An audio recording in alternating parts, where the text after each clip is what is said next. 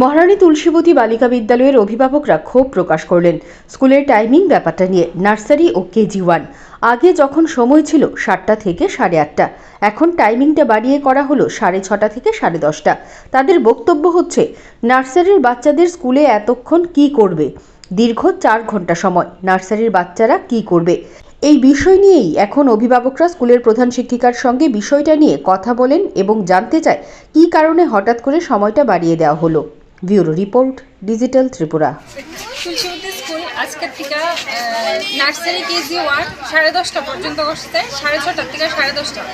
এটা তো ছোট বাচ্চা, এত টাইম 4 ঘন্টা থাকা মানে খুবই কষ্টকর। তারা নাই পড়াশোনা, নাই কিচ্ছু, না আছে খাতা, না আছে কলম, না আছে বই, না কিছুই নাই। 4 ঘন্টা থাকা মানে প্রচণ্ড পরিমাণে কষ্টকর।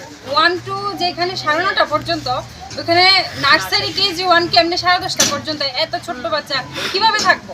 মানে এটা কি কোনো সম্ভবের কথা? তারপর 6:30টার সময় মানে প্রচন্ড পরিমাণে 6:30টার মধ্যে ঢুকতে হইব।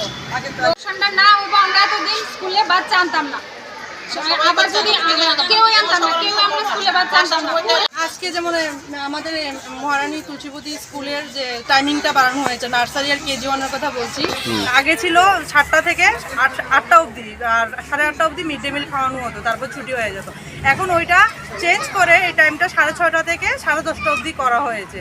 এটার মধ্যে কত মানে আমাদের বাচ্চাদের কত অসুবিধা হবে। যেমন কিছু কিছু বাচ্চা আছে বেস্ট ফিডিং করে এখনও, তো ওরা এত টাইম অবধি কীভাবে থাকবে? ইম্পসিবল না রাখাটা। তারপর হলো যে 1-2 9:30টার সময় ছুটি হয়ে যাবে, তো নার্সারি তো তার থেকেও ছোটো, 3-3.5 বছরের বাচ্চা, তো ওদেরকে এত টাইম অবধি কীভাবে রাখা হবে? দেখুন, সবটাই হচ্ছে সেন্ট্রাল গাইডলাইন। সেই ইনস্ট্রাকশন মূলেই কিন্তু প্রত্যেকটা বিদ্যালয়, সরকারি বিদ্যালয় চলবে, এবং সেই অনুসারে আমরাও কাজ করছি। এবং গতকালকে আমাদের আইএস স্যার ভিজিট করে গেছেন, এবং আমাদের যিনি মর্নিংয়ের প্রাইমারি সেকশনের HM আছেন ম্যাডাম, ওনাকে সেই ইনস্ট্রাকশন মূলে কাজ করার জন্য বলে গেছেন, নির্দেশ দিয়ে গেছেন। সুতরাং সেই নির্দেশ মোতাবেকই কিন্তু আমরা কাজ করছি।